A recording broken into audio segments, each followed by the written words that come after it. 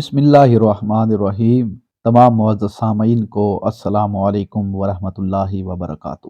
معزز سامعین، بے شک اللہ تعالیٰ کی ذات بے نیاز اور بے مثال ہے، اور اس پاک ذات کی اپنی انبیاء اور ولیوں سے محبت کی بے شمار مثالیں تاریخ کے پنوں میں درج ہیں۔ آج ہم آپ کو تاریخ کے ان 4 واقعات کے بارے میں بتانے جا رہے ہیں جب ذات باری تعالیٰ کے حکم سے دنیا میں وقت تھم گیا تھا۔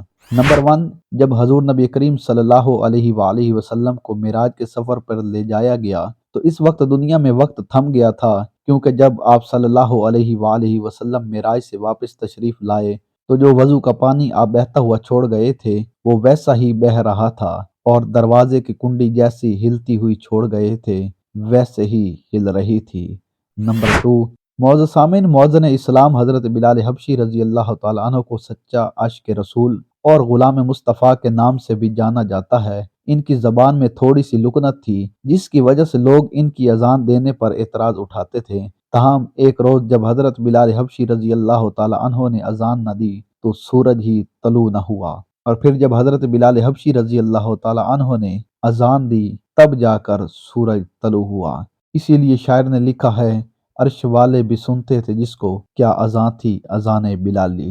نمبر 3، معزز سامعین، حضور نبی کریم صلی اللہ علیہ وآلہ وسلم کی صاحبزادی حضرت بی بی فاطمہ رضی اللہ تعالی عنہا کی بھی شان کیا ہے۔ ایک مرتبہ ان کے سر سے دوپٹہ سرقہ اور ان کے 2 بال نظر آنے لگے تو اس وقت بھی اللہ کے حکم سے وقت رک گیا تھا۔ نمبر 4، معزز سامعین، ایک مرتبہ جب حضرت علی رضی اللہ تعالی عنہ کی نماز قضا ہو رہی تھی تو اللہ تعالیٰ نے ان سے اپنی محبت کا اظہار اس طرح کیا کہ وقت تھم گیا، اور جب حضرت علی رضی اللہ تعالی عنہ نے نماز ادا کر لی تو وقت کو چلنے دیا۔ معزز سامعین، ہمیں امید ہے آج کی ہماری ویڈیو آپ کو ضرور اچھی لگی ہوگی۔ اگر ویڈیو اچھی لگی ہو تو اس ویڈیو کو لازمی لائک اور شیئر کیجیے گا۔ اللہ رب العزت آپ کا حامی و ناصر ہو۔